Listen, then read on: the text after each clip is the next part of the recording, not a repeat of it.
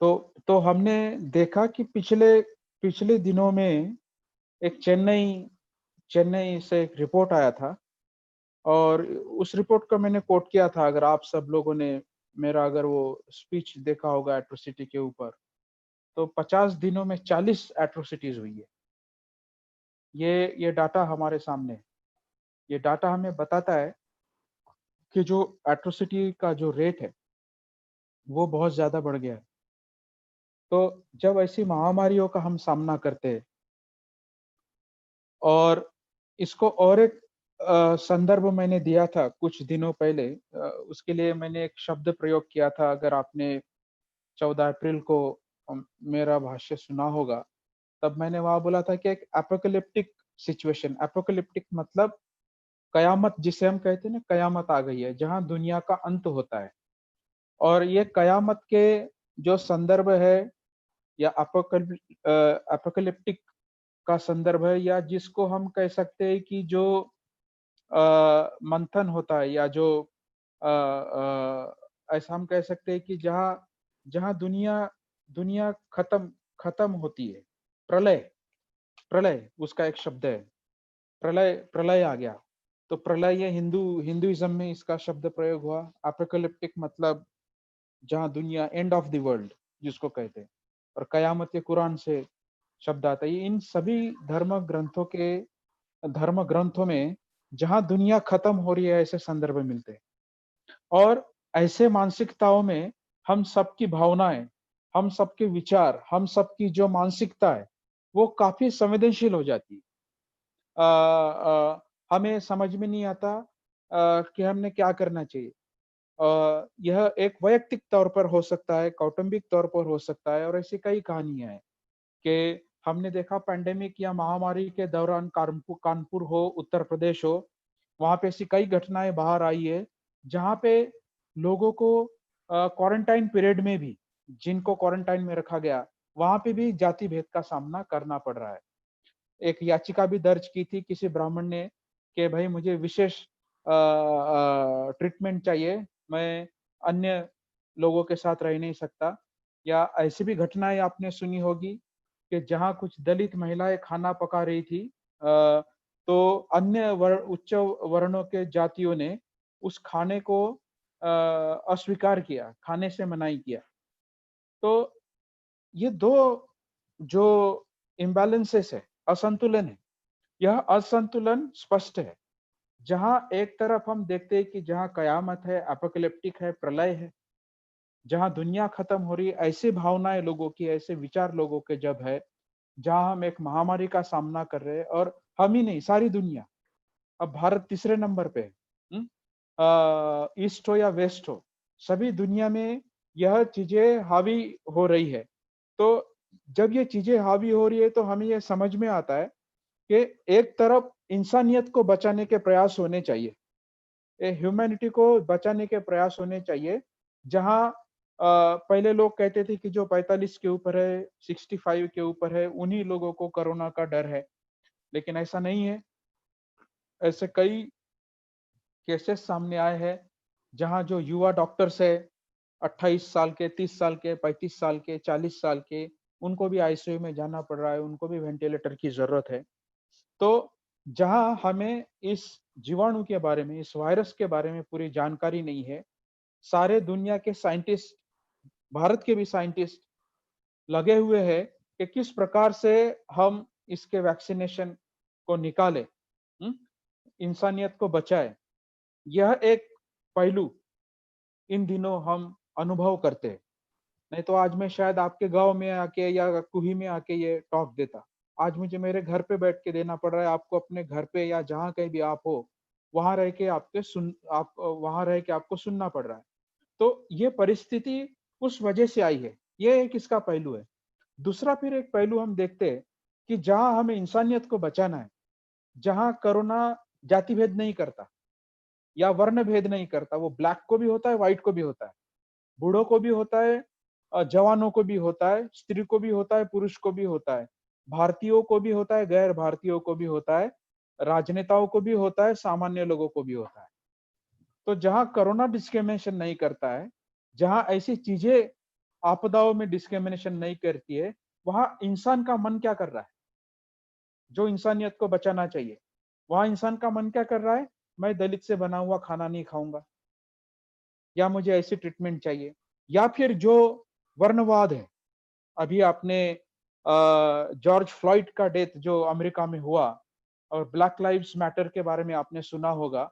इस प्रकार से कई आंदोलन उभर कर आ रहे हैं जहां पे रंग भेद के आधार पर उनको डिस्क्रिमिनेट किया जाता है।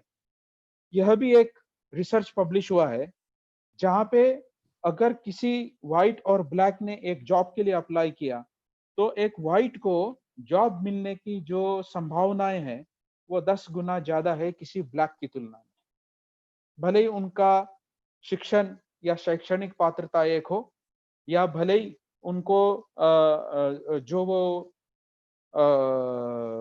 उनकी योग्यता है, वो योग्यता है समान हो, उसके बावजूद भी जो व्हाइट है उसको जॉब मिलने के या उसको फेवर मिलने के चांसेस ज्यादा है।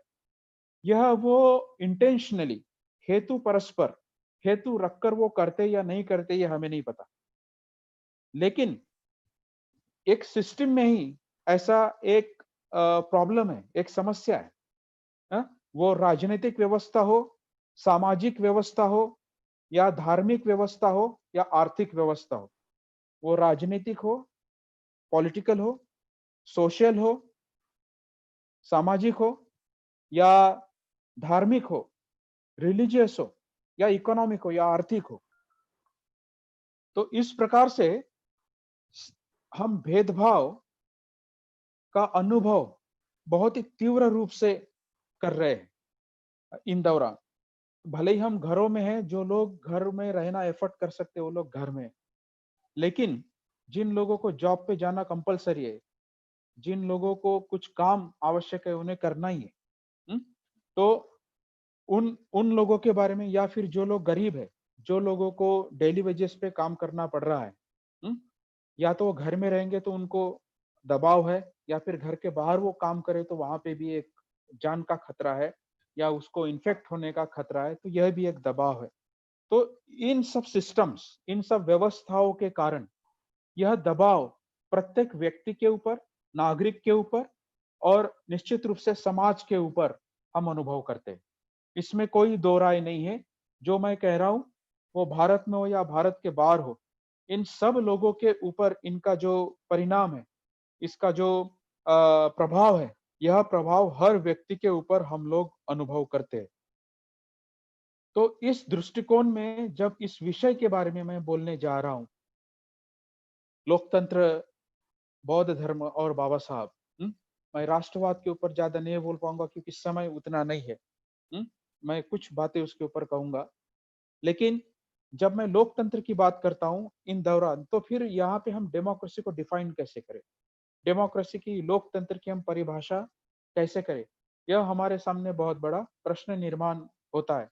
हम सब लोगों को ज्ञात है कि मैं कुछ उदाहरण देना चाहता हूँ बाबा साहब के दृष्टिकोण से।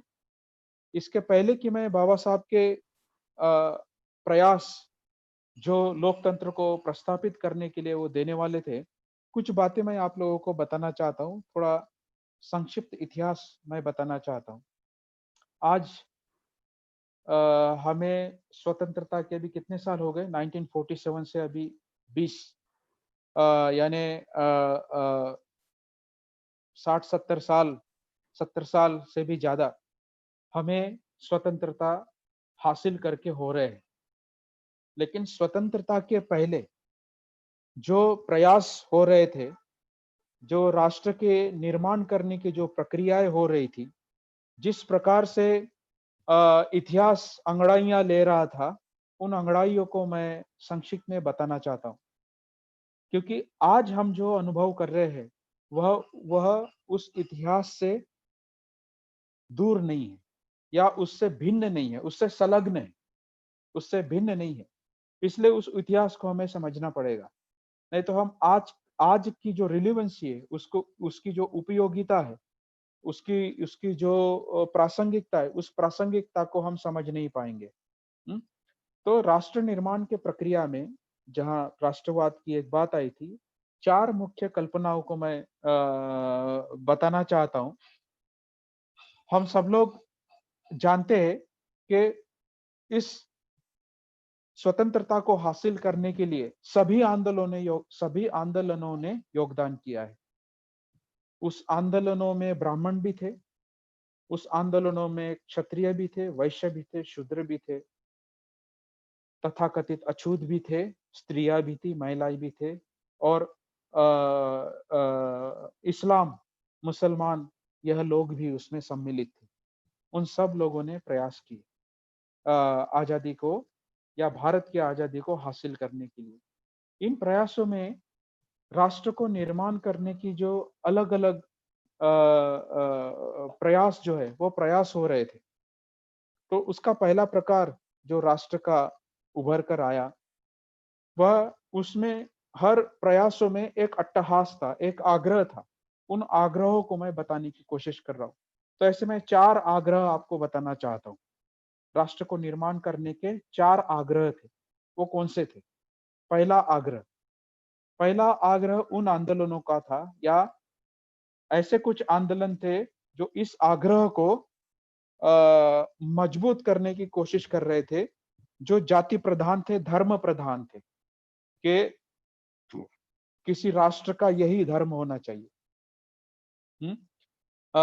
एक कट्टरवादी या एक बहुत आवेश उन आंदोलनों में था और वो कहते थे, इसी आधार पर हम सच्चा राष्ट्र निर्माण कर सकते हैं, एक स्वतंत्र राष्ट्र निर्माण कर सकते हैं और वही एक सच्चा राष्ट्र होगा। ऐसा आग्रह कुछ आंदोलनों का था और वो धर्म या जाति प्रधान जो आंदोलन थे या जिसे पितृभूमि मूलक राष्ट्र होना चाहिए, ऐसा कुछ लोग मानते थे और इसके कुछ उदाहरण भी हमारे सामने स्पष्ट है। 1927 में शायद अ,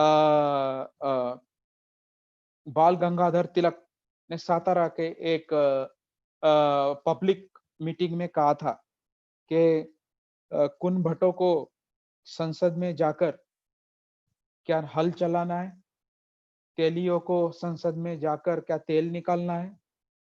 या फिर ये जाति मूलक जो उसमें क्या कह सकते हैं कि जाति मूलक उसमें कुछ संदर्भ थे। तो इससे स्पष्ट होता है कि ऑक्युपेशन जिसको मैंने कहा, इस जाति का यह काम होना चाहिए। इसने यही एक व्यवसाय करना चाहिए। तो ब्राह्मण है तो वो पढ़ेगा, क्षत्रिय है तो वो रक्षा करेगा, वैश्य है तो वो व्यापार करेगा और शूद्र है तो फिर वो इन पूरे वर्णों की सेवा करेगा। इस प्रकार का डिवीजन ऑफ लेबर्स होना चाहिए और तब राष्ट्र ठीक ढंग से काम करेगा। यह एक आग्रह, यह एक अट्टहास था। यह बातें जाहिर है। तो यह जाति प्रधान और धर्म प्रधान राष्ट्र की कल्पना थी।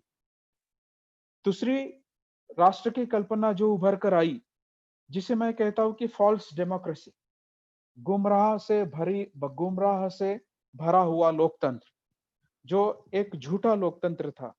झूठा लोकतंत्र का मतलब मेरा यहाँ है कि मैंने जो पहला आग्रह बताया, तो यह दूसरे प्रकार का जो मैं आग्रह बताऊँ, ये पहले प्रकार के आग्रह से भिन्न नहीं था। लेकिन वो लोकतांत्रिक का मुखवटा या उसका मास्क अ, पहने हुए था, जो प्रतीत हो रहा था लोकतांत्रिक है, लेकिन मूल रूप से वह लोकतांत्रिक नहीं था। हुँ? और उसमें हम देखते हैं कि स्वराज्य की कल्पना उभर कर आती है। एक वर्णाश्रम धर्म की कल्पना उभर कर आती है और निश्चित रूप से हम सबको पता है, इतिहास को पता है कि इसके मुख्य नेता स्वयं महात्मा गांधी थे। हुँ? गांधी ने स्वराज में या वर्ण व्यवस्था को वर्णाश्रम धर्म को पूर्णतः समर्थन किया है। उन्होंने निश्चित रूप से वो छुआ-छूत के खिलाफ थे, ये बात सही है। वो छुआ-छूत के खिलाफ थे, लेकिन वो ये समझ नहीं पा रहे थे कि छुआ-छूत जो है, वह वर्णाश्रम धर्म की उपज है।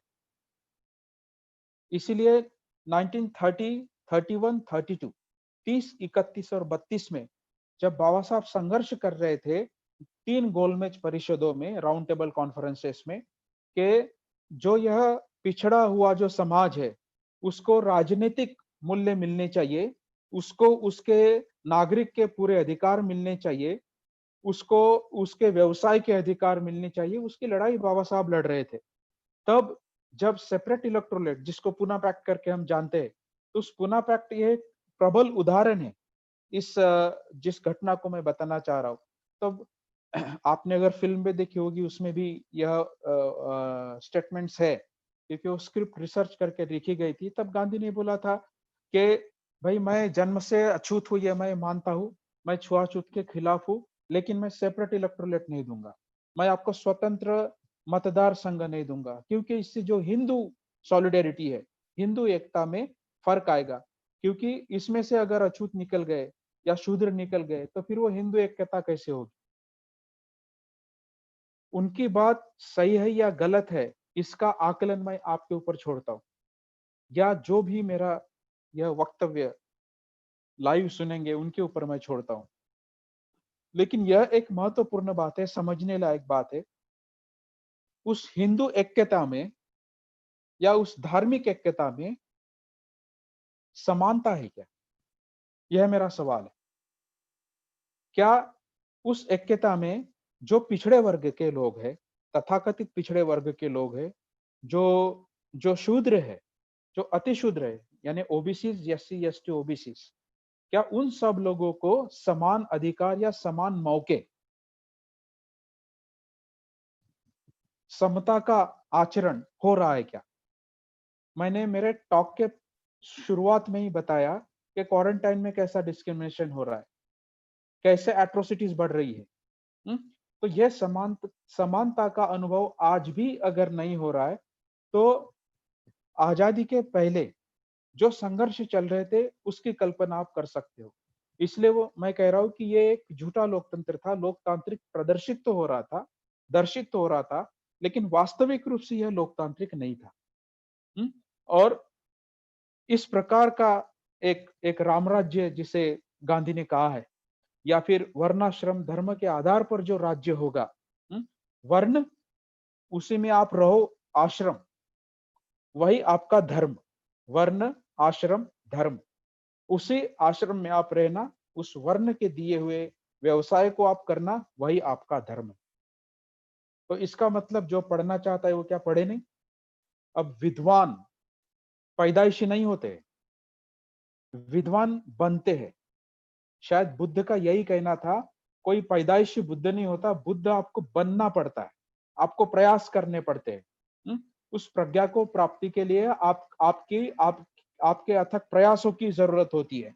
कोई पैदाइशी बुद्ध नहीं होता। सिद्धार्थ पैदा होते ही बुद्ध नहीं बने, उन्होंने गृह त्याग किया, उन्होंने अपने जीवन में इतनी पराकाष्ठा की,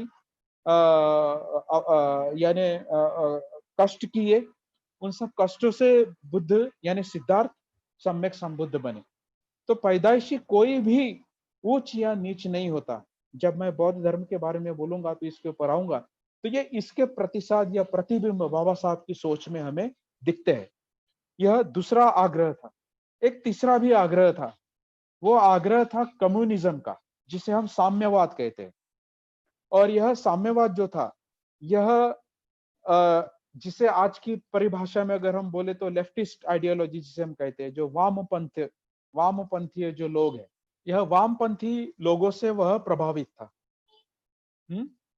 और उसमें उनको यह लगता था कि जो श्रमजीवी है, जो वर्किंग क्लास है, वो श्रमजीवी लोग अगर इकट्ठा आ जाए तो जो लोग सर्वाधिकारी है, प्रोलेटेरिएट जिसे कहते हैं, जो लोग अमीर है, उन सबको अगर हम उखाड़ फेंकेंगे तो फिर सब काम के जो श्रमजीवी जो लोग हैं, जो कामगार जो लोग हैं, वो कामगार लोगों को इसमें मुक्ति मिलेगी। यह उनका मुख्य तत्व था। लेकिन इस तत्व की भी कमियां है। मार्क्सिज्म वेस्ट में या पश्चिमी देशों में कैसे उभरा, इसका यह मेरा विषय नहीं है। इसको आप पढ़ सकते हो। लेकिन जब बाबा साहब के दृष्टिकोण से हम इस कल्पना को देखते हैं, तो बाबा साहब ने स्पष्ट रूप से इस कल्पना को भी नकारा है। नो डाउट, निसंदेह उन्होंने सभी कल्पनाओं में जो अच्छाइयाँ होगी, उन अच्छाइयों को देखा, लेकिन उसके बावजूद भी अंततोगत्वा कौन-सी बातें पूर्ण रूप से राष्ट्र के हित में होगी, इसका गहरा विचार जितना बाबा साहब ने आधुनिक भारत के नेताओं में किया, उतना गहरा विचार देश के किसी भी नेता ने स्वतंत्रता के पहले या स्वतंत्रता के पश्चात नहीं किया। यह भारत का संविधान इसका सबूत है। आज की जो लोकशाही या जो लोकतंत्र इस देश में जो शाबूत है, जिंदा है, यह इसका प्रमाण है। इससे हम साफ-साफ स्पष्ट रूप से देख सकते हैं, कह सकते हैं, क्योंकि इस साम्यवाद में या यह इस डिक्टेटरशिप और श्रमजीवी इस संघर्ष में केवल श्रमजीवी अगर पश्चिम जगत में एक आ सकता है, वैसा ही भारत में एक नहीं आ सकता। क्यों नहीं आ सकता? बाबा साहब ने स्पष्ट रूप से एनिहिलेशन ऑफ कास्ट में बताया है कि this is not mayor a division of labours but the division of labourers. यह केवल श्रम का विभाजन नहीं है, श्रमिकों का भी विभाजन है। जो श्रमिक है, जो काम करते हैं, उनका भी विभाजन है। और उनका विभाजन कौन से आधार पर है? जाति के आधार पर। तो एक गरीब ब्राह्मण का जो सामाजिक हौदा होता है, जो सामाजिक आदर होता है, वह वही आदर एक गरीब दलित का या गरीब शूद्र का या ओबीसी का या अन्य जातियों का नहीं होता। समाज में इस दोनों के आदर को भी उच्च नीचता में बांटा गया है। क्योंकि जो गरीब है, निश्चित रूप से कोई भी गरीब ना रहे, वो ब्राह्मण हो या शूद्र हो, मैं उन दोनों गरीबी के मैं खिलाफ, स्वयं बाबा साहब खिलाफ है। वो कहते कि किसी भी धर्म ने पॉवर्टी प्रमोट नहीं करना चाहिए। जब बाबा साहब ने धर्म का चुनाव किया, तो यह उनके जो पैरामीटर्स थे, उनके जो चाचुनियां थी, उन चाचनियों को बाबा साहब ने स्पष्ट रूप से बताया कि भाई किसी धर्म ने गुलामी को प्रमोट नहीं करना चाहिए। धर्म साइंटिफिक होना चाहिए, वैज्ञानिक होना चाहिए, और धर्म ने गरीबी या गुलामी को प्रोत्साहित नहीं करना चाहिए। धर्म ने समता, स्वतंत्रता और बंधुता प्रदान करनी चाहिए। यह बाबा साहब के कुछ पैरामीटर्स थे। तो इसलिए साम्यवाद इन प्रश्नों को साम्यवाद इन प्रश्नों का जवाब नहीं दे पाता। दूसरी भी बात यह है कि यहाँ पे भी वामपंथीय जो आंदोलन थे, यह वामपंथी या लेफ्टिस्ट जो मूवमेंट है इंडिया में, यह भी जातिवाद से प्रभावित है। वहां के जो नेता है, वो जाति विरोध की तो बात करते हैं, जाति के विरोध में तो बोलते हैं, लेकिन वो स्वयं भी जातिवाद का अनुसरण करते हैं। वो बोलते हैं कि जो जमीन है, जो जंगल है, वो आदिवासियों को मिलने चाहिए, या फिर जो अधिकार है, अत्याचार है, वो दलितों के ऊपर होने नहीं चाहिए। ओबीसी को उनका रिजर्वेशन मिलना चाहिए, एससी एसटी को उनका रिजर्वेशन मिलना चाहिए, माइनॉरिटीज का प्रोटेक्शन करना चाहिए। लेकिन वे स्वयं भी जाति मूलक मानसिकताओं से प्रभावित है। उनकी भी जो लीडरशिप जो है हायरार्किकल है, उसमें भी जाति सवर्ण जो है वह ज्यादा प्रभावित होते। और इसलिए बाबा साहब ने अ, अ, उस उस अ, उस राष्ट्र की कल्पना को नकारा है। हाँ? नकारा है मतलब उन्होंने प्रोत्साहन, कम से कम उसका प्रोत्साहन नहीं किया। तो यह तीन आग्रहों के राष्ट्र के कल्पनाओं में जब हम देखते हैं, तो फिर बाबा साहब की राष्ट्र की कल्पना क्या है, बाबा साहब की राष्ट्रवाद की कल्पना क्या है, यह हमें समझना चाहिए। बाबा साहब की जो कल्पना है, यह कल्पना बाबा साहब की दो नींव के ऊपर आधारित है। जहां बाबा साहब कहते हैं व्यक्ति का विकास होना चाहिए, राष्ट्र में व्यक्ति का विकास होना चाहिए, व्यक्ति के विकास के साथ साथ उसके समाज का भी विकास होना चाहिए। एक ऐसी परिस्थिति राष्ट्र में निर्माण होनी चाहिए जहां पे एक नागरिक जिस प्रकार का जो भी व्यवसाय करना चाहे वो व्यवसाय करने के लिए सक्षम हो। अगर वो प्रोफेसर बनना चाहता है वो प्रोफेसर बने, कोई डॉक्टर बनना चाहता है वो डॉक्टर बने। स्त्री अगर डॉक्टर बनना चाहती है, पायलट बनना चाहती है, पुलिस ऑफिसर बनना चाहती है, स्त्री अगर आर्मी ऑफिसर बनना चाहती है, उस उसकी वो स्वतंत्रता होनी चाहिए। जिस प्रकार की शिक्षा वो लेना चाहती है या चाहता है, कोई भी जाति से हो या धर्म से हो, उस प्रकार की शिक्षाएं उस स्त्री या पुरुष को मिलनी चाहिए। वो किसी भी धर्म, जाति या लिंग से आए या प्रांत से आए। जिस प्रकार का आर्थिक व्यवसाय, अर्थ के लिए व्यवसाय वो करना चाहते या चाहती है, वह व्यवसाय के लिए उसको स्वतंत्र होना चाहिए। ऐसा नहीं कि वो वैश्य है तो वो केवल व्यापार करे, शूद्र है तो केवल वो काम करे। अब यह है, तुम्हें तार्किक या किताबी लग रहा होगा, लेकिन आज भी आप वाल्मीकि समाज का सर्वे करते हो पंजाब में, या अन्य स्कैवेंजर कम्युनिटी जो मैला साफ करती है, गटर में उतर के जो गटर साफ करते हैं, उनका एवरेज लाइफ 40 से 45 साल है। क्योंकि जिन हालातों में वो लोग काम करते हैं, जिन परिस्थितियों में वो लोग काम करते हैं, उन परिस्थितियों में जो हाइजीनिक कंडीशन है, जो वो सांस लेते हैं, जो बदबू आती है, जो बैक्टीरियल इन्फेक्शन जो उनको होते हैं, उनको अर्ली डेथ हो जाती है। उनका सिस्टम काम नहीं करता है। या उनको फिर दारू पीना पड़ता है या फिर कुछ नशा होनी पड़ती है, क्योंकि उसको वो बर्दाश्त नहीं कर पाते। तो आप वहां ये नहीं कह सकते कि ये लोग मैले हैं या ये लोग गंदे हैं।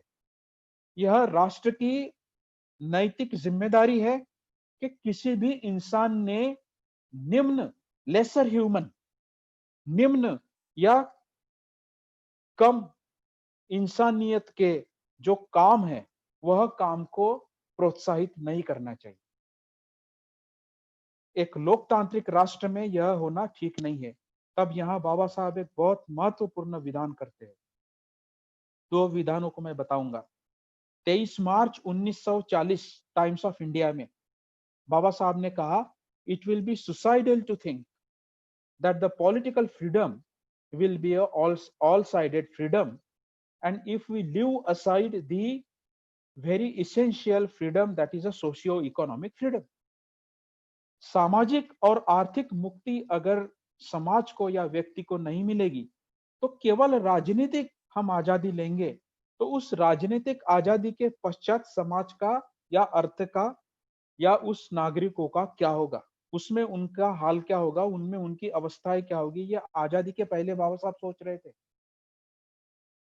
इतनी दूरदृष्टि बाबा साहब की थी जब वो संविधान का निर्माण कर रहे थे, जब इन बातों के ऊपर वो सोच रहे थे।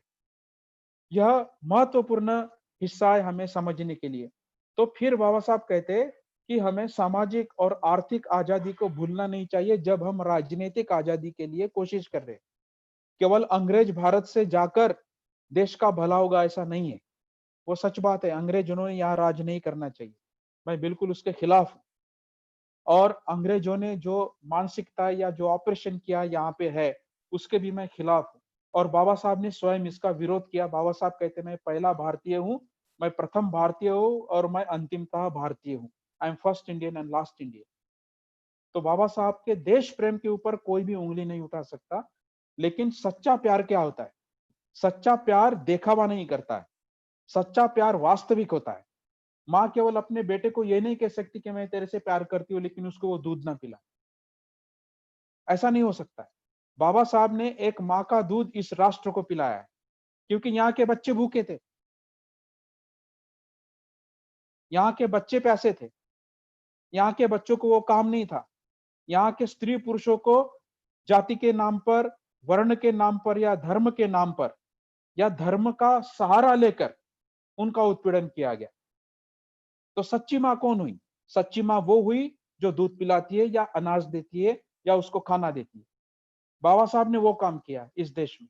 तो बाबा साहब की लोकतंत्र की परिभाषा क्या है कि जहां हर नागरिक को या हर समुदाय को, हर जातियों को उनके नैतिक अधिकार, मूलभूत अधिकार, मानवीय अधिकार जो संविधान में भी बाबा साहब ने फिर लिखे हैं, उसके ऊपर होनी चाहिए। तो यह बाबा साहब की राष्ट्र की कल्पना थी। तब बाबा साहब दूसरी चिंता जताते हैं। वो दूसरी चिंता क्या है?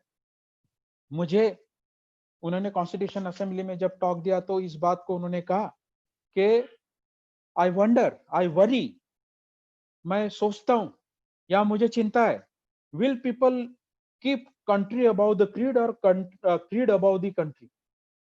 क्या आप अपने वंश को देश के ऊपर रखोगे या देश को वंश के ऊपर रखोगे?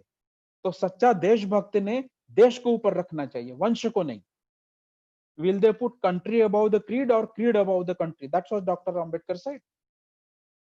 तो अगर हम राष्ट्र को वंश के ऊपर रखेंगे तो हम वंशवाद को भूलने चाहिए, हमने जातिवाद को भूलना चाहिए, हमने लिंगवाद को भूलना चाहिए। ये स्त्री है इसलिए वही काम करना चाहिए, या ये शूद्र है इसलिए उसने वही काम करना चाहिए, या ये वाल्मीकि है इसने यही काम करना चाहिए, चमार है इसलिए इसने यही काम करना चाहिए, ये महार है इसलिए इसने ये काम करना चाहिए। यह धारणाएं राष्ट्र के हित में कभी भी काम नहीं कर सकती। इसलिए फिर बाबा साहब क्या कहते हैं कि how you can build a country where society is divided into so many castes?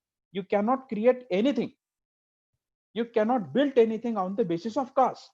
जाति के आधार पर आप कोई भी राष्ट्र या कोई भी समाज या कोई भी सृजक, कोई भी क्रिएटिव बात आप निर्माण नहीं कर सकते। इसलिए बाबा साहब जब आजादी की बात करते, फ्रीडम की बात करते, तो वो फर्क करते हैं freedom of people and freedom of country. देश तो आजाद होगा और होना भी चाहिए, लेकिन क्या उस देश के लोग आजाद होंगे क्या?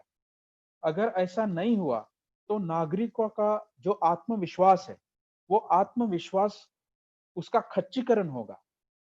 और इसका अनुभव आज हम करते हैं। किस दृष्टिकोण से? आज नागरिकों में यह विश्वास होना चाहिए, कितना भी कोरोना फैले, कितनी भी महामारी फैले, हॉस्पिटल से जो हमें यह प्रदान करते कि हम सुरक्षित रहेंगे, हमारी ठीक से देखभाल होगी। मैं ये नहीं कह रहा हूं कि नहीं हो रहा है। मैं फिर से धन्यवाद देना चाहता हूं उन डॉक्टरों को, उन सभी अस्पतालों को, उन सभी एनजीओस को जिन्होंने लोगों को रिलीफ वर्क में काम किया, जिन्होंने लोगों को सहायता की, जिन्होंने अपने जान पे खेल के लोगों की सेवा की। लेकिन मैं इस बात के बारे में भी सजग हूं कि जहां जाति के आधार पर अगर किसी के साथ भेदभाव हुआ है, जाति के आधार पर या धर्म के आधार पर किसी के साथ भेदभाव हुआ है, वो नहीं होना चाहिए। एक सच्चे ट्रू डेमोक्रेसी, एक सच्चे लोकतंत्र में यह बात नहीं होनी चाहिए। तो फिर बाबा साहब किसकी कल्पना करते हैं? ट्रू डेमोक्रेसी की, सच्ची लोकतांत्रिक राष्ट्रवाद, जहां पे डेमोक्रेसी का मतलब क्या होता है कि बाबा साहब ने, अगर आप वॉल्यूम 17 पढ़ोगे या फिर एनिहिलेशन ऑफ कास्ट भी पढ़ोगे, तो यह बातें साफ बाबा साहब ने बोली है। Democracy is not mayor a form of government. यह केवल सरकार बनाने की प्रक्रिया नहीं है, जहां मैं एक वोट दूं और आप दूसरा वोट दो और जिसका बहुमत है उसकी सरकार बने।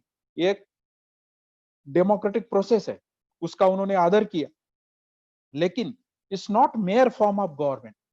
केवल सरकार चुनने के लिए ही लोकतंत्र का इस्तेमाल नहीं होना चाहिए। वो कहते हैं this is it is a primarily a mode of associated living. प्राथमिक रूप से यह एक दूसरे के साथ आदर और सम्मान के साथ रहने की भावना की अभिव्यक्ति है। यह बाबा साहब कहते हैं।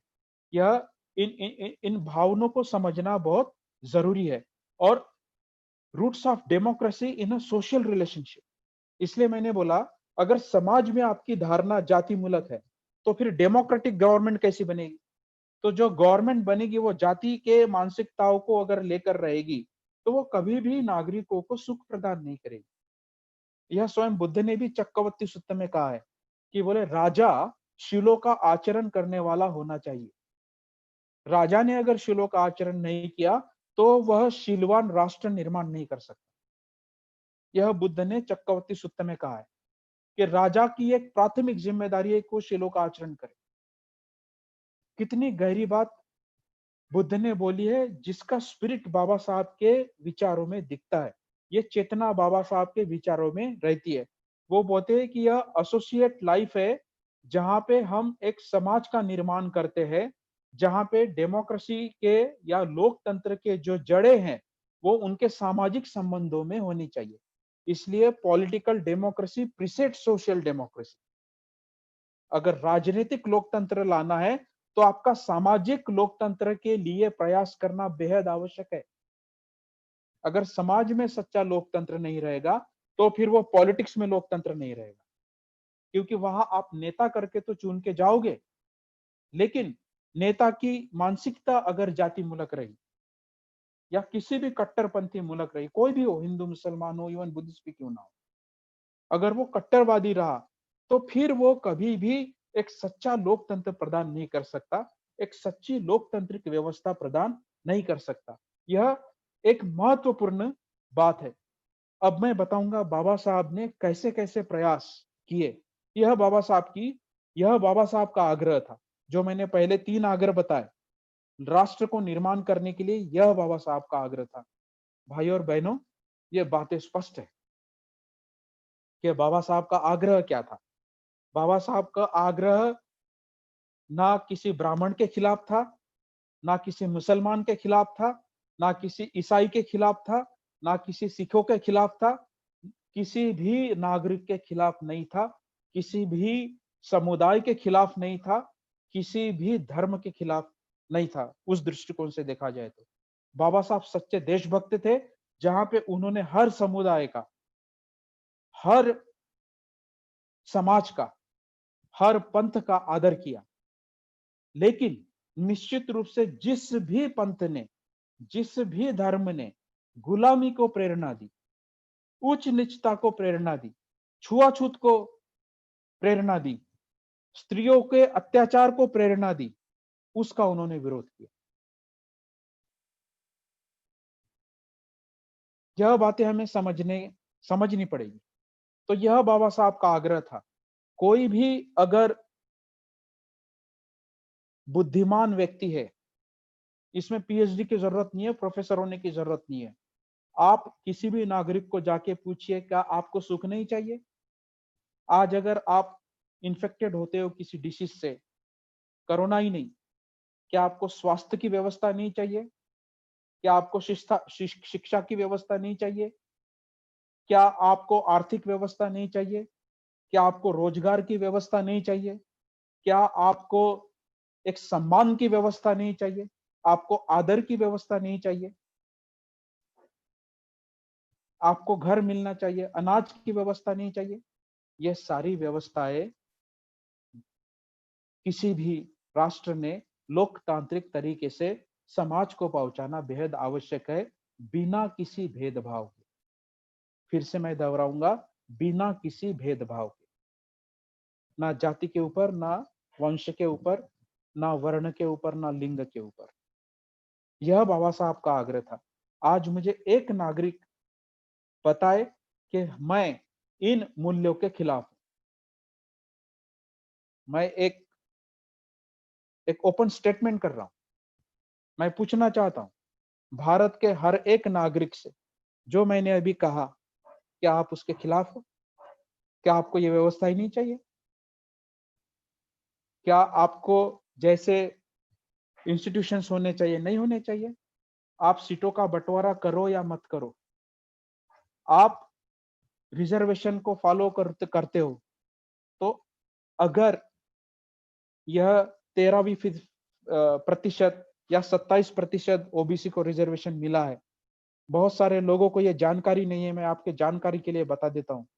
बहुत सारे लोग ऐसा समझते हैं कि बाबा साहब ने नेहरू गवर्नमेंट से इसलिए इस्तीफा दिया क्योंकि हिंदू कोड बिल की स्वीकृति नहीं हुई। यह सच है, हिंदू कोड बिल की स्वीकृति नहीं हुई, इसलिए बाबा साहब ने कानून मंत्री पद से इस्तीफा दिया। लेकिन वो मात्र कारण नहीं था, बहुत सारे कारण थे। फॉरेन पॉलिसी थी, और भी कुछ कारण थे, लेकिन एक प्रमुख कारण ये देश भूल रहा है। OBC reservation was one of the very prime reason why doctor Ambedkar resign from the Nehru government. Baba Saheb ने क्यों नेहरू गवर्नमेंट से इस्तीफा दिया? क्योंकि वह ओबीसी रिजर्वेशन का जो प्रस्ताव बाबा साहब ने दिया था, 52% रिजर्वेशन बाबा साहब ने मांगा था। एससी एसटी के लिए नहीं मांगा था, ओबीसी के लिए मांगा था।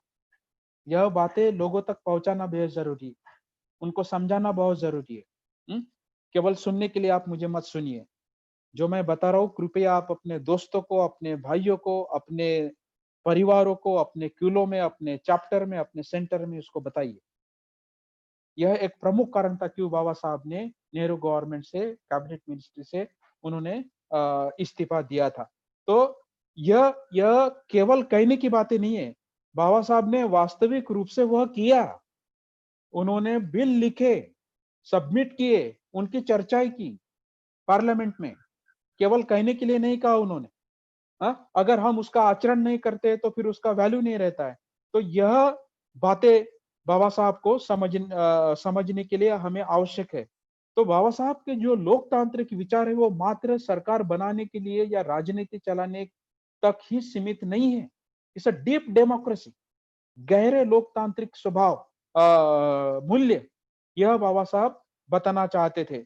इसलिए जो इंफॉर्मेशन मैं दे रहा हूं, जो जानकारी मैं दे रहा हूं, तो there is a difference between information and insight. जानकारी रखना और उसकी दृष्टि प्राप्त करना। इंफॉर्मेशन मतलब जानकारी, इनसाइट मतलब दृष्टि। उस दृष्टि को हासिल करना यह एक अलग भाव है। तो बाबा साहब की जो इनसाइट थी, बाबा साहब की जो दृष्टि थी, वह मूल रूप से लोकतांत्रिक थी। और लोकतांत्रिक का अर्थ भी मैंने आपको बताया, केवल पॉलिटिक्स के लिए नहीं, केवल पार्टी पॉलिटिक्स के लिए नहीं। और इसके उदाहरण मैं आपको बताता हूँ। 1919 में जब बाबा साहब ने साउथ ब्यूरो कमीशन के आगे जो पेश किया, साइमन कमीशन के आगे जो पेश किया, कई ऐसे पड़ाव आए, लेकिन मुख्यतः 1949 और 50 में बाबा साहब ने एक एक नए ह्यूमन रिलेशनशिप की नींव रखी। एनिलेशन ऑफ कास्ट में बाबा साहब ने सोशल इंडोस्मोसिस शब्द प्रयोग किया। इंटर कास्ट मैरिज के बारे में उन्होंने बात की। इंटर डाइनिंग की उन्होंने बात की, क्या साथ में खाना, रोटी बेटी का व्यवहार होना चाहिए, इसकी बात बाबा साहब ने की। तो इस देयरफॉर इसलिए बाबा साहब ने बौद्ध धर्म को जब चुना, तो यह स्पिरिट बाबा साहब के विचारों में सीधे सीधे छलकते। अगर आप लोकतंत्र और बौद्ध धर्म का संबंध अगर जोड़ोगे, तो धर्म केवल सूक्तों में नहीं है, धर्म केवल त्रिपिटकों में नहीं है, निश्चित रूप से वहां है। लेकिन प्राचीन वक्त में जो बौद्ध धर्म था, वह आधुनिक भारत में अभिव्यक्त कैसे होगा, इसका लेबर कौन करेगा, इसका कष्ट कौन करेगा, इसको समझाएगा कौन। तो बाबा साहब ने वह भाषांतरित किया आधुनिक जगत में। तो और इसके उदाहरण बिल्कुल स्वाभाविक है। निश्चित रूप से बाबा साहब ने यूरोप से, अमेरिका से जो फिलोसोफर्स थे, जो डेमोक्रेसी के ऊपर लिखते थे, जॉन डिवे थे या फिर सेलेगमैन थे, ऐसे कई प्रोफेसरों के साथ वो उन्होंने पढ़ाई की। उसके साथ साथ उन्होंने डेमोक्रेसी के बारे में पढ़ा।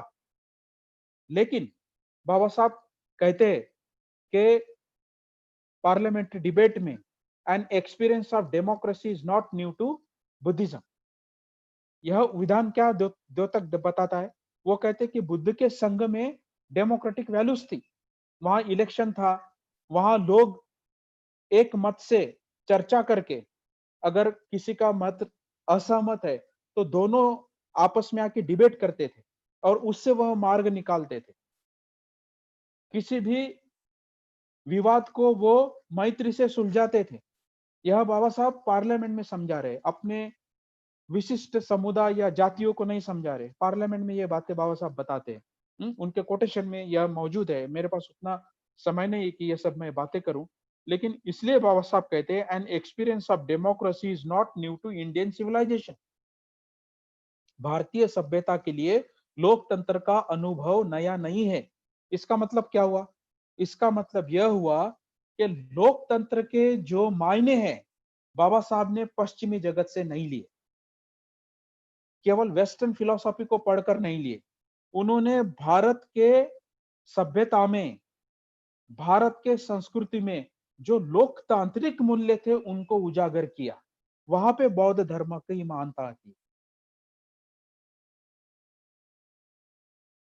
नहीं तो आप सोचोगे कि डेमोक्रेसी का जो प्रिंसिपल है बाबा साहब ने वेस्ट से लिया है, ऐसा नहीं है।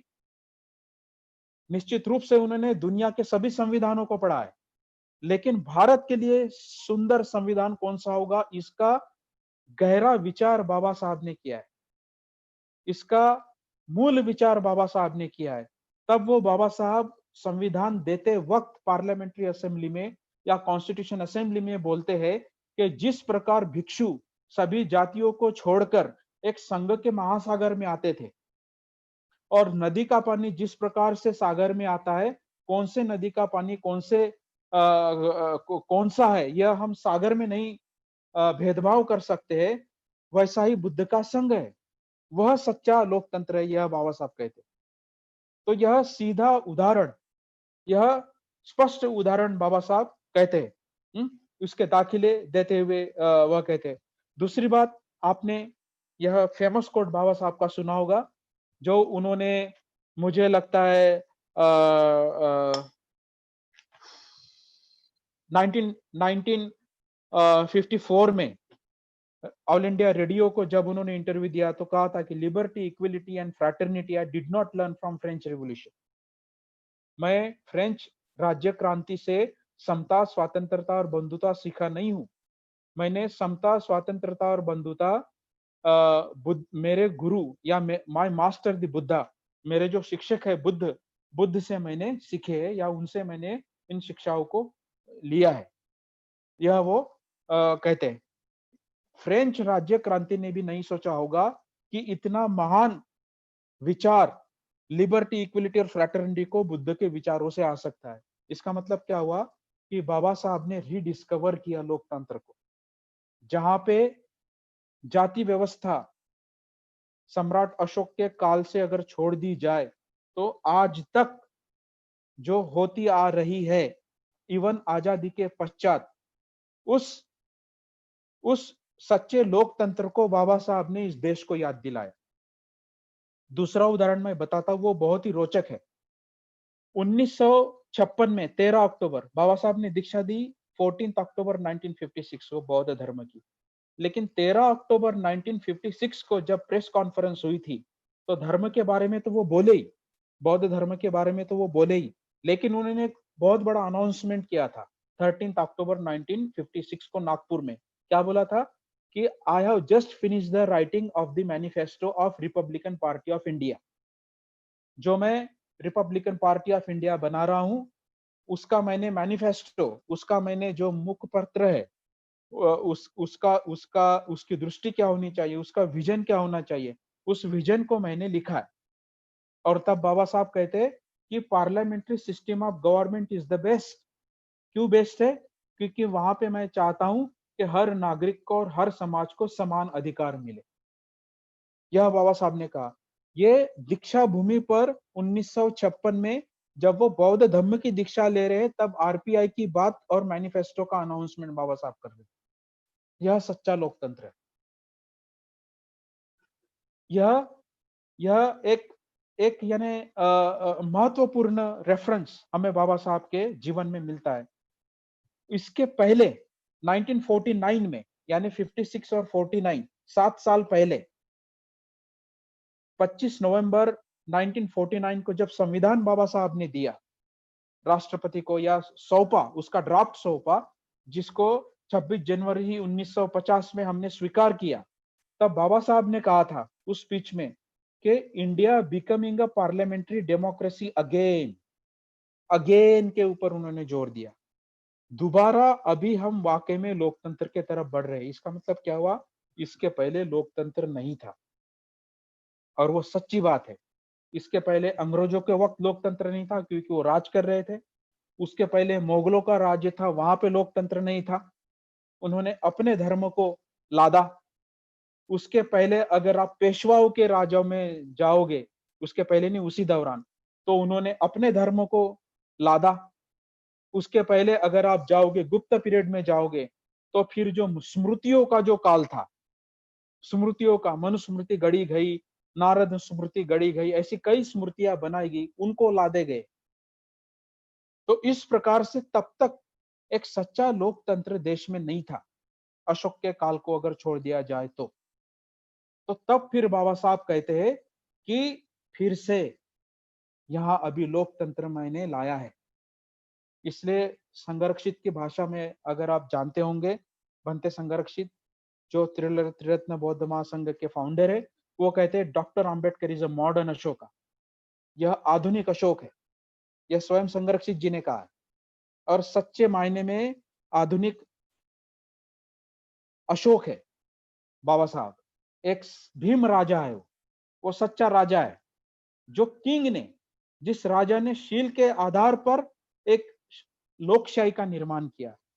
और फिर अगर मैं मूल्यों की तरफ अगर बढ़ता हूं, या मैं उनको अगर बताने की चेष्टा करता हूं, तो फिर से हम देखते कि जब बाबा साहब 1950 में श्रीलंका गए थे, तो श्रीलंका में भी बाबा साहब ने कहा कि Buddhism is the first philosophy advocated for not only democracy as a political approach but also for the society based on the equal principles. Sri Lanka में बाबा साहब बोल रहे हैं, जहां पे वो वर्ल्ड फेलोशिप ऑफ बुद्धिस्ट को एड्रेस कर रहे थे, कि बौद्ध धर्म का इतिहास एक ऐसा विचार है जिसने पहली बार लोकतंत्र की बात की और समानता मूलक समाज निर्माण करने के लिए प्रयास किए। यह बाबा साहब ने शिलोन में कहा। इसी विधान में, इसी टॉक में बाबा साहब ने एक बहुत महत्वपूर्ण संदर्भ दिया है। क्या संदर्भ दिया है? कि बाबा साहब ने बोला है कि बौद्ध धर्म ने मुक्ति के लिए हिंसा का मार्ग नहीं अपनाया है, और वो हिंसा का मार्ग इंसानों की हिंसा नहीं है। किसी यज्ञ में किसी प्राणी की भी हिंसा नहीं होनी चाहिए। No salvation at the cost of sacrifice of living being, बोला बाबा साहब। किसी भी लिविंग बीइंग को, किसी भी आ, जो सजीव है, उस सजीव को उसकी हिंसा या उसका बलि नहीं देना चाहिए मुक्ति के लिए। यह बाबा साहब ने बोला। और उसके पश्चात फिर बाबा साहब कहते, यही कारण था कि बौद्ध धर्म के पहले कोई भी राजा शूद्र राजा नहीं हुआ। यह बौद्ध धर्म का प्रताप है, यह बौद्ध धर्म की किमिया है, जादू है, कि जब बौद्ध धर्म आया भारत में या उजागर हुआ, तब कहां शूद्र राजा बनने लगे। शाहू महाराज का उदाहरण है, सयाजी महाराज सयाजीराव गायकवाड़ जी का उदाहरण है। ओरिएंटल सीरीज जो बड़ौदा से पब्लिश हुई है, सयाजीराव गायकवाड़ ने बुद्धिस्ट सीरीज पब्लिश की थी बड़ौदा से। तो यह उदाहरण हमें बताते हैं कि बौद्ध धर्म का कितना बड़ा योगदान लोकतंत्र को निर्माण करने में हुआ था। यह प्रयास बाबा साहब के रहे। अब मैं मूल्य की ओर बढ़ूंगा और फिर मैं शायद रुकूंगा। बाबा साहब ने मुख्य 5 मूल्य लोकतंत्र के दिए हैं। 5 मुख्य मूल्य लोकतंत्र के दिए हैं। वो कौन से 5 मुख्य लोकतंत्र के मूल्य है? Liberty, equality, fraternity, justice and dignity.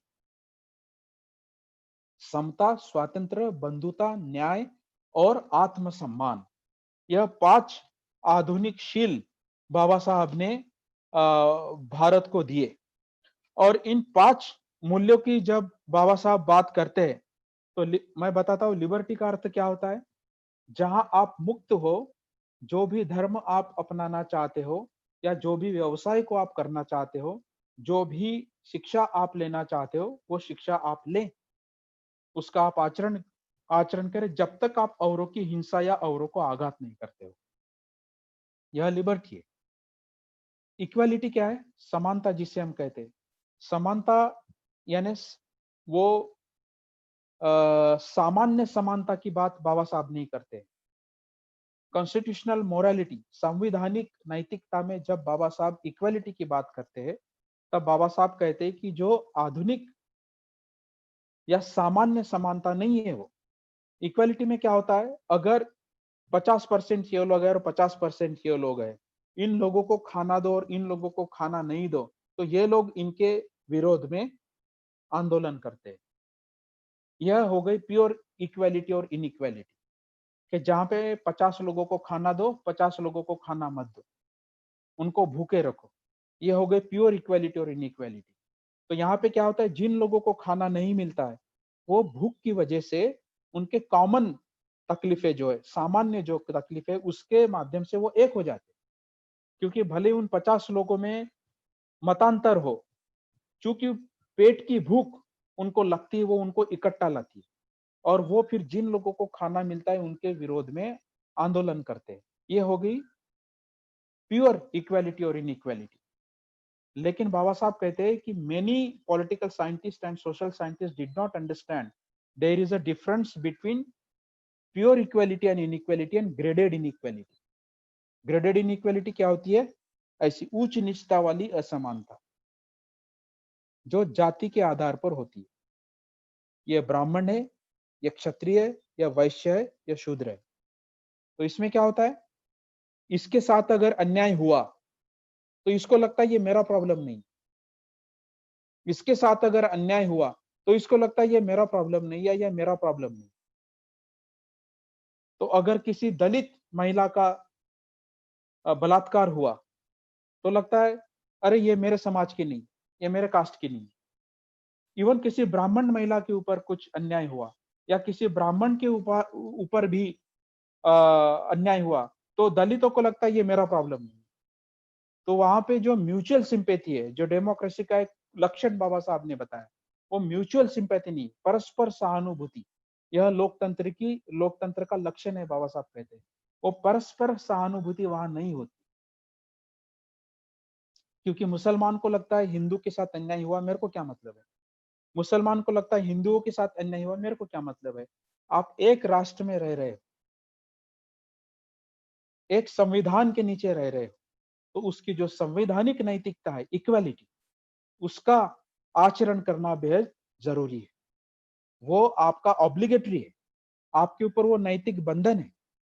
तो बाबा साहब कहते हैं जब जाति के आधार पर या धर्म के ऊपर आधार पर जब ये ग्रेडेड इनइक्वालिटी होती है, उच्च नीचता मूलक असमानता होती है, तो वहां ऐक्य होना, वहां एकता होना बहुत मुश्किल है। यह सबसे बड़ा कारण है भाई और बहनों। जब बाबा साहब डेमोक्रेसी कहते हैं तो वो यह भी इशारा करते हैं, वो कहते हैं कि डेमोक्रेसी में दो बातें ध्यान में रखनी चाहिए, कि principle of unity with respect in diversity होना जरूरी है।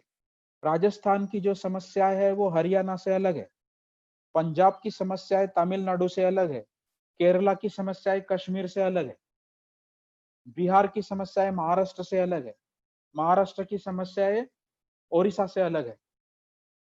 लेकिन इन सबका रिस्पेक्ट करना चाहिए, क्योंकि उनके परिस्थितियों में जाकर आज जो महार समाज ने बौद्ध धर्म अपनाया और उनकी जो उन्नति हुई, इसका डाटा अवेलेबल है कि उनका कॉन्फिडेंस लेवल बढ़ा।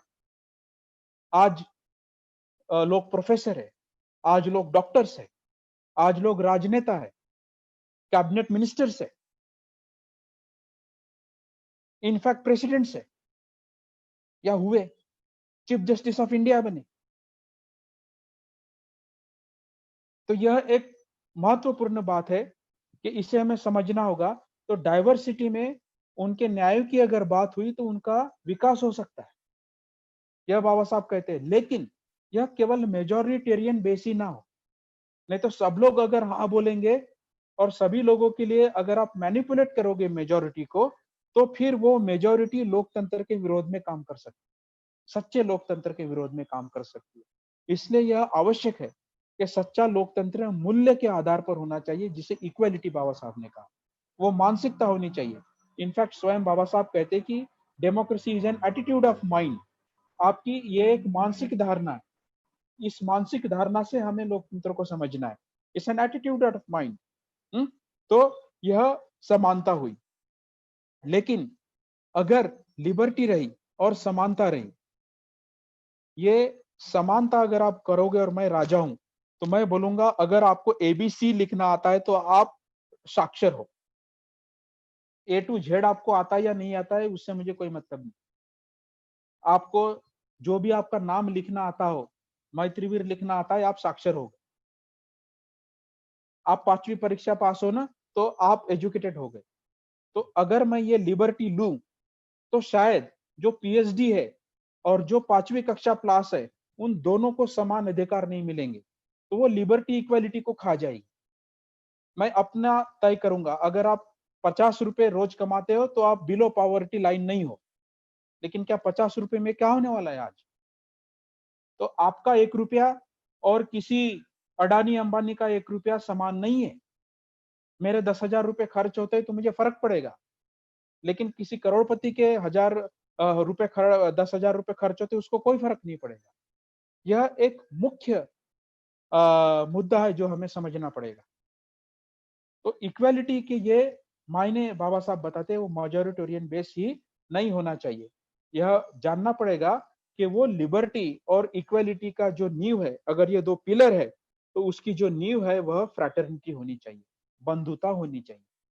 बंधुता का मतलब क्या होता है? Organic ligament. जैसा ये जोड़ है ना, ये जोड़ में एक लिगामेंट है, ये जोड़ को जोड़ता है। इसमें अगर जान नहीं रही तो मेरे हाथ में जान नहीं रही। ऐसा ही समाज में होना चाहिए। ऐसे दो जातियां एक दूसरे को ऑर्गेनिक लिगामेंट से जुड़नी चाहिए, उसमें बंधुता होनी चाहिए, इसलिए म्यूचुअल सिंपैथी आएगी।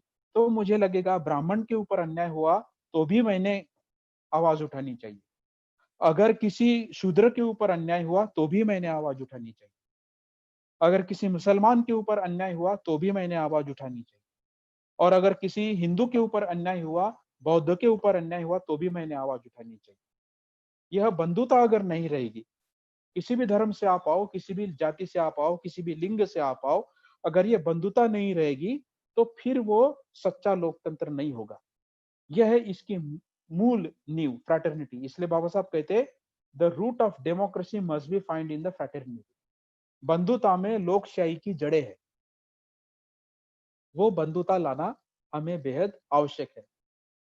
यह इसका मुख्य कारण है। इतनी गहरी सोच बाबा साहब की लोकतंत्र की थी, और इसका उदाहरण भी मैं बाबा साहब ने जो दिया बौद्ध धर्म से दिया। क्या बोला? अब मैं बुद्ध के तरफ झुकता हूं। शाक्य और कोलियों के बीच रोहिणी नदी का जो तनाव हुआ था, उस तनाव में दोनों सेनाएं सुसज्ज थी। कोलियो और शाक्य दोनों भी सशक्त राज्य थे, उनकी सेनाएं सशस्त्र थी। और सिद्धार्थ राजकुमार करके एक पावर था, कमांडर इन चीफ के next to commander in chief था। तो आप समझ सकते हो ये पावर स्ट्रक्चर है। वो एक राज्य चलाते थे। तब बाबा बुद्ध नहीं बने थे, सिद्धार्थ थे, राजकुमार थे।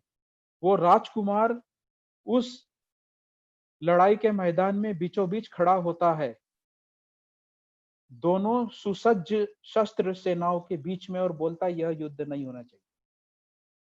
तब सिद्धार्थ सवाल उठाता है कि आपको पानी ज्यादा प्यारा है या खून ज्यादा प्यारा है? दोनों सेनाओं को सिद्धार्थ सवाल पूछता है कि आपको खून ज्यादा प्यारा है या पानी ज्यादा प्यारा है? तब सभी सेनाओं से जवाब आता है कि हमको खून ज्यादा प्यारा है। पानी बहा तो चलता है, खून नहीं बहना चाहिए, हिंसा नहीं होनी चाहिए, अहिंसात्मक होना चाहिए, ये राजकुमार ने बोला। और अगर आप युद्ध करोगे तो मैं आपके साथ नहीं हूं। लेकिन शाक्यों की ये कंडीशन थी, अगर शाक्यों के ऊपर अगर कोई आपदा आती है और आप अगर युद्ध में सम्मिलित नहीं होते हो तो उसकी शिक्षा ही थी, या तो आपको मृत्यु दंड दिया जाएगा, या आपके परिवार को निष्कासित किया जाएगा, या आपको वो राज्य छोड़ के चला जाना चाहिए। तो बुद्ध ने कहा, मेरे परिवार को सजा मत दो, मेरे कारण मैं राज्य छोड़ने के लिए तैयार हूं, मैं चला जाऊंगा, या फिर मुझे आप मार दो, मुझे वो भी मंजूर है। ये साहस सिद्धार्थ में था। मेरे लिए मेरे माता पिताओं को या मेरे परिवार को क्यों कष्ट पहुंचे, मैं ही राज्य छोड़ के त्याग के चला जाता हूँ, मैं एग्जाइल हो जाता हूँ, या फिर अगर आपको मुझे मृत्यु दंड देना है तो दीजिए। और तब सिद्धार्थ ने एक सुझाव दिया, शाक्यों से 2 आदमी आप चुनिए, कोलियों से आप 2 आदमी चुनिए, और एक आदमी न्यूट्रल रखिए। ऐसे 5 लोगों की टीम बनाइए, और उसमें आप चर्चा ही कीजिए कि रोहिणी नदी का पानी का वाद या विवाद क्या है, क्या प्रॉब्लम है, इसकी चर्चा आप कीजिए, और फिर आप समाधान निकालिए। पानी को बहने दीजिए, लेकिन खून मत बहाइए। यह सिद्धार्थ गौतम ने बोला। इसका अर्थ क्या हुआ? That was the first experience of democracy Baba Saheb was quoting in parliamentary assembly. Parliamentary assembly में ये उदाहरण बाबा साहब कोट करते हैं। यानी इतनी गहरी सोच, इसलिए बाबा साहब का कहना बिल्कुल सही है कि India is becoming again democratic parliament या पार्लियामेंट्री डेमोक्रेसी। सांसद मूलक लोकतांत्रिक राज्य या राष्ट्र बनने अभी हम जा रहे हैं। कितना बड़ा विधान था। एक जो महान माइंड होता है ना, महान मन एक महान विधान को बोलता है, वो बाबा साहब थे। तो वो केवल आधुनिक अशोक ही नहीं थे, वो केवल आधुनिक अशोक नहीं थे। 23 नवंबर 1956 को 23 नवंबर 1956 को ऊ चंद्रमणि ने बोला कि डॉक्टर भीमराव अंबेडकर आधुनिक बुद्ध है। नव बुद्ध बोला उन्होंने बाबा साहब को।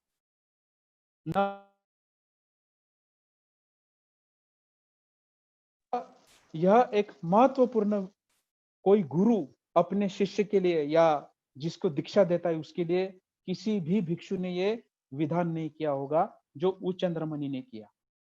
तो इस प्रकार से भाई और बहनों अगर हम देखते हैं तो बाबा साहब लोकतंत्र को इतने गहरे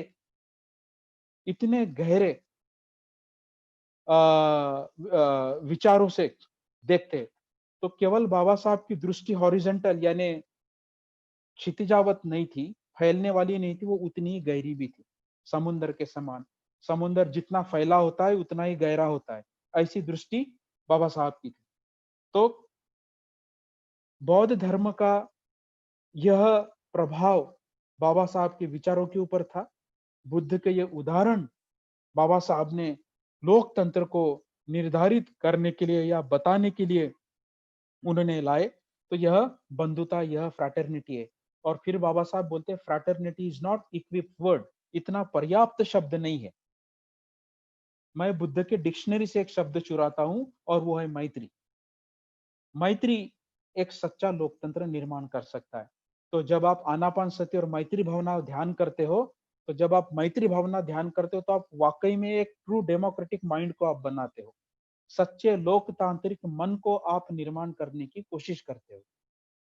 तो आनापान सती एक इंसाइटफुल मेडिटेशन है जिससे आपको एक विपස්සना की प्राप्ति होती है, विशेष ज्ञान की प्राप्ति होती है। उसके साथ साथ प्रज्ञा के साथ साथ करुणा का विकास होना आवश्यक है। इसलिए हम मैत्री भावना का ध्यान करते हैं क्योंकि वो एक सच्चा लोकतंत्र निर्माण करता है। मैत्री मूलक, जो बाबा साहब कहते हैं कि डेमोक्रेसी का दूसरा नाम मैत्री है। मैत्री में वो जहां मैं आप और पर, मैं ये हूं और आप वो है, ऐसा भेद नहीं करते, या इस जाति से इस धर्म से ऐसा हम भेद नहीं करते। सभी संत परंपराओं ने ये किया है। कबीर जी ने ये किया है, तुकाराम जी ने ये किया है, चौका मेला ने ये किया है, बसवन्ना ने ये किया है, वो स्वयं ब्राह्मण थे। नागार्जुन ने यह किया है, असंग ने किया है, वसुबंध ने किया है। तो जो गुरु थे, जो संत थे, उन सबकी परंपराओं का एक उच्चांक आधुनिक भारत में अगर किसी ने लाया तो भारत के संविधान से परम पूज्य बाबा साहब आम्बेडकर जी ने लाया, या बुद्ध के विचारों से बाबा साहब ने दीक्षा भूमि के थ्रू वो लाने की कोशिश की। एक सच्चा लोकतांत्रिक समाज निर्माण करने की उन्होंने कोशिश की, एक संघ निर्माण करने की उन्होंने कोशिश की। मेरा अंतिम पॉइंट ये है कि समस्या का हल, जाति अगर समस्या है, ऊंच नीचता अगर समस्या है, अन्याय अगर समस्या है, इसलिए न्याय, यह चौथा प्रिंसिपल बाबा साहब ने बताया, न्याय, जस्टिस होना चाहिए। और आत्मसम्मान, आपकी डिग्निटी, आपका आदर होना चाहिए। ये दलित है और किसी खेत में चली गई इसलिए उसका वहां रेप कर दो, या किसी ने मूली उखाड़ लिया तो उसका हाथ काट दो, किसी ने अपनी रोजगारी के पैसे मांगे तो उसको पीट दो। तो मैं सोचता हूं कोरोना तो डेंजरस है, लेकिन ये वायरस कितना डेंजरस है जो जाति का है, जो हजारों सालों से एक अच्छा समाज नहीं बनने दे रहा, हजारों सालों से एक अच्छा राष्ट्र बनने नहीं दे रहा है, हजारों सालों से एक अच्छा धर्म बनने नहीं दे रहा है, हजारों सालों से एक अच्छी संस्कृति और सभ्यता नहीं बनने दे रहा है। कोरोना आएगा, आया है, चला जाएगा। और मानवता जीवित रहेगी, मानवता बचेगी, सभी इंसान खत्म नहीं होंगे। लेकिन किस प्रकार के सभ्यता को हम लाना चाहते हैं? तो पोस्ट कोरोना वायरस जो वर्ल्ड होगा, कोरोना वायरस के उपरांत मैं रहूं या ना रहूं यह महत्वपूर्ण नहीं है। महत्वपूर्ण यह है कि यह मूल्य जीवित रहे। समता, स्वतंत्रता, बंधुता, समानता, न्याय और आत्मसम्मान, ये 5 आधुनिकशील जो बाबा साहब ने दिए हैं संविधान के माध्यम से, हर किसी व्यक्ति के लिए दिए है, विशिष्ट जाति को नहीं दिए। मेरे लिए संविधान नहीं लिखा बाबा साहब ने, निश्चित रूप से मेरे लिए भी लिखा, यहाँ के मुसलमान के लिए लिखा, यहाँ के हिंदुओं के लिए लिखा, यहाँ के ईसाइयों के लिए लिखा, यहाँ के सिखों के लिए लिखा, यहाँ के स्त्रियों के लिए लिखा, यहाँ के उच्च वर्णीयों के लिए लिखा, यहाँ के निम्न वर्णीयों के लिए लिखा। यह मूल्य जीवित रहना आवश्यक है। तो अगर ये समस्याएं है, अगेन डेमोक्रेसी में हम एंटर हो रहे हैं, ऐसा बाबा साहब कह रहे हैं, इसका मतलब डेमोक्रेसी नहीं थी, उच्च नीचता थी और आज भी है। लेकिन समस्या का हल समस्या के स्तर पर हम नहीं सुलझा सकते। We cannot solve the problem at the level of the problem. एक ही स्तर पर समस्या का समाधान नहीं होता, उस समस्या के ऊपर उठना पड़ता है। उस समस्या के ऊपर उठकर ही हम उस समस्या को सुलझा सकते हैं। यह एक मंत्र बाबा साहब ने दिया। इसका अर्थ क्या हुआ कि अगर जाति विहीन समाज का निर्माण करना है तो स्वयं बाबा साहब ने जाति के कीचड़ में हाथ डालकर एक कमल का पुष्प आपके हाथ में दिया है, क्योंकि उसका बीज उसमें था, जो जाति के बादलों में ढका हुआ था, गड़ा हुआ था, मृतवत था। उस कीचड़ में सारे बीज है, जिस बीजों को अगर आप ठीक से पोषण देते हो तो वो कमल के फूल बन सकते हैं। आपको मालूम होगा, बुद्ध ने जब प्रवचन दिया था तो कुछ नहीं बोला था और एक कमल का फूल दिखाया था, वो कश्यप को दिखाया था और उनको समझ में आ गया था कि बुद्ध को कहना क्या है। बिल्कुल वैसा ही एक पूर्ण पुष्प, एक समृद्ध आदर्श, एक सम्यक आदर्श, एक सच्चा आदर्श बाबा साहब ने हमारे सामने बुद्ध के रूप में रखा है। मैं बुद्ध को किसी धर्म के आधार पर नहीं जोड़ रहा हूं, एक मानव के आधार पर जोड़ रहा हूं, जो मुझ में भी है और आप में भी है। बुरा जो देखन मैं चला, बुरा न मिलिया कोई, जो मन झाका अपना, मुझसे बुरा ना कोई, ये कबीर साहब ने कहा है। ये बुद्धिस्ट प्रिंसिपल है कि अगर मैं मेरे मन की कीचड़ को नष्ट करता हूं, जाति मूलक कीचड़ को नष्ट करता हूं, किसी भी कट्टरपंथी मूलक कीचड़ को नष्ट करता हूं, तो मैं एक अच्छा सच्चा फूल अपने मन से उगा पाऊंगा। उस कीचड़ को बाहर लाना पड़ेगा। तो बाबा साहब जब जाति के विरोध में काम कर रहे थे, जाति मूलक समाज के विरोध को जाति विहीन समाज बनाने की कोशिश कर रहे थे, तो वो उन्होंने किसी विशिष्ट जाति के लिए काम नहीं किया। यह बहुत बड़ा संभ्रम आज भी भारतीयों के मन में है कि बाबा साहब दलितों के नेता है, बाबा साहब देश के नेता है, वो मुसलमानों के भी नेता है, वो जो अपने आप को हिंदू समझते हैं वो हिंदुओं के भी नेता है, वो ईसाइयों की भी नेता है, वो सिखों के भी नेता है। ये धर्म की बात नहीं है। जो भी इंसान अपने मन से कलुषितता को नष्ट करके एक सच्चा पुष्प खिलाना चाहता है, उसके बाबा साहब नेता है, इसलिए वो नवबुद्ध है। उर्गेन ऊ चंद्रमणि सही कह रहे थे, वो नवबुद्ध है। और भव चक्र को अगर आपने देखा होगा, आपने अगर पढ़ा होगा, तो बुद्ध भव चक्र में चक्र के बाहर नजर आते, वो चक्र में भी आते, क्योंकि हर जो 6 लोक है, वो 6 लोकों में हर लोक में जाकर उनकी शिक्षाएं देते हैं।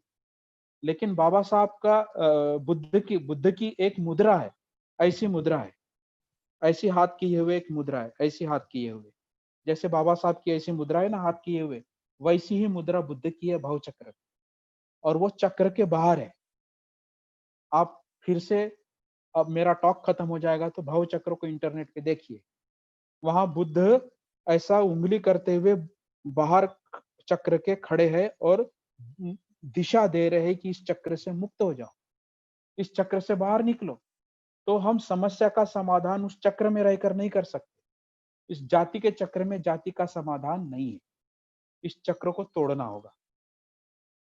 इस भव चक्र को, इस जाति के चक्र को तोड़ना होगा। और वो बाबा साहब ने हमें मार्ग दिया है बौद्ध धर्म के माध्यम से। क्योंकि बुद्ध ने जाति परंपराओं को नहीं माना। हुहुंक जाति का उदाहरण आपको पता है। न न जच्चा वसलो होती, न जच्चा होती ब्राह्मणों, कमुना वसलो होती, कमुना होती ब्राह्मण। जन्म से कोई भी ब्राह्मण नहीं होता, ना ही जन्म से कोई शूद्र होता है या निम्न नहीं होता है। वो अपने योग्यता से ही योग्य श्रेष्ठ होता है या निम्न होता है। कर्म के आधार पर वह श्रेष्ठ होता है, उसके एफर्ट्स के आधार पर, प्रयासों के आधार पर वह श्रेष्ठ होता है। तो यह स्वयं बुद्ध ने शिक्षा दी। पहला यह विधान था बुद्धत्व प्राप्ति के बाद। तो पहला ही विधान बुद्ध का बुद्धत्व प्राप्ति के बाद लोकतांत्रिक था, जाति विहीन समाज बनाने का था। पहला ही विधान बुद्ध का संबोधि प्राप्ति के पश्चात किसी मानव को दिया गया। तो यही भूला हुआ संदेश बाबा साहब इस देश को और दुनिया को देना चाहते हैं। न भूतो न भविष्यति बाबा साहब की आज इस देश को ही नहीं, दुनिया को जरूरत है। वो ब्लैक के सेंस में हो, वो अफ्रीका के ब्लैक लोग हो, या फिर इस देश में तथाकथित जो अछूत लोग हैं, दलित है, या जो दबे कुचले है, गरीब है, वो लोग हो। इन सबको आज बाबा साहब के अमृत की आवश्यकता है। अगर ये विष फैला हुआ है इस दुनिया में, केवल कोरोना का विष नहीं है, कास्ट और क्रीड का भी विष है। इस विष को अगर खत्म करना है तो इसका एक ही वैक्सीन है, डॉक्टर बाबा साहब आम्बेडकर। इस वैक्सीन को जिंदा रखना बेहद जरूरी है। इसलिए मैंने कहा कोरोना को तो निपटना ही है, कोरोना वायरस को तो निपटना ही है, लेकिन कास्ट वायरस को भी निपटना है, जाति के वायरस को भी नष्ट करना है। और उसका वैक्सीन केवल बाबा साहब के पास है। वो हम सबको बताए, वो हम सबको दिखाए, उसकी जितनी कोशिश करे कम है। और हमारे प्रयास जितने अधिक हो सकते हैं उतने अधिक प्रयास हम करें और एक सच्चा जाति विहीन समता, स्वतंत्रता, बंधुता, न्याय और आत्मसम्मान, आत्म सेल्फ रिस्पेक्ट, डिग्निटी, ऐसा नागरिक, ऐसा समाज और ऐसा राष्ट्र हम निर्माण करें, एक सच्चा लोकतंत्र हम निर्माण करें। यही मैं यहाँ कामनाएं व्यक्त करता हूँ। मेरी मनीषा है आप सब लोग सुखी रहे, आप सब लोग सुरक्षित रहे। कोरोना के साथ लड़ते लड़ते कास्ट के वायरस को भी नष्ट करने के लिए आप प्रयासरत रहे। और बाबा साहब ने एक महत्वपूर्ण चेतावनी दी थी। उन्होंने कहा था कि 28 अक्टूबर 1951 को, यह एक विधान मैं आपको बताऊंगा और मैं समाप्त करूंगा। उन्होंने कहा था there is a need of electing a true genuine representatives, not only for the community but also for the successful democracy. अच्छे नेताओं का निर्माण करना केवल अच्छा समाज निर्माण करने के लिए आवश्यक नहीं है, तो सच्चा लोकतंत्र जीवित रखने के लिए आवश्यक है। If our true representatives are not elected, independence will be farce. अगर सच्चे नेता हम निर्माण नहीं कर पाए तो जो स्वतंत्रता हमने हासिल की है वो मात्र एक ढोंग बन के रह जाएगा, तमाशा बन के रह जाएगा। ये किसने बोला? बाबा साहब ने बोला 28 अक्टूबर 1956 को उन्होंने कहा था। और we achieved independence after so much struggle. आजादी हमने बहुत प्रयासों के बाद हासिल की है। और ये मात्र विशिष्ट वर्गों या जातियों तक सीमित नहीं रहनी चाहिए, यह सभी जातियों तक पहुंचनी चाहिए। तो जो रिलीफ फंड गवर्नमेंट से निकलता है वो गरीब तक पहुंचना चाहिए, सभी जातियों तक पहुंचना चाहिए, गांव खेड़ों तक पहुंचना चाहिए। और यह आजादी जो है, यह आजादी मात्र किसी विशिष्ट वर्ग या जातियों तक या उच्च वर्णियों तक सीमित नहीं रहनी चाहिए। अगर इंस्टीट्यूशन में सीटें नहीं है तो आप इंस्टीट्यूशन बढ़ाओ, लोगों को कम मत करो, सीटों को कम मत करो, इंस्टीट्यूशन बढ़ाओ, यूनिवर्सिटीज बढ़ाओ, मेडिकल कॉलेजेस बढ़ाओ, इंजीनियरिंग कॉलेजेस बढ़ाओ, फीस को मत बढ़ाओ, सीटों को कम मत करो। आपके पास जगह नहीं है, पैसा नहीं है, सभी को शिक्षा चाहिए, तो आप लोगों को टारगेट मत करो, इंस्टीट्यूशन को टारगेट करो, उनकी संख्याएं बढ़ाओ, तब सीटों की संख्याएं बढ़ेगी। 5 यूनिवर्सिटी में 50 करोड़ लोग मत घुसेड़ो, आप 500 इंस्टीट्यूशन बनाओ और कम से कम सभी लोगों को शिक्षाओं का प्रावधान करो। यह लोकतांत्रिक विकास है। तो इसलिए आवश्यक है कि अच्छे राजनेता, अच्छा समाज और अच्छा लोकतंत्र निर्माण करने के लिए कटिबद्ध होने चाहिए। यह बाबा साहब का आग्रह था।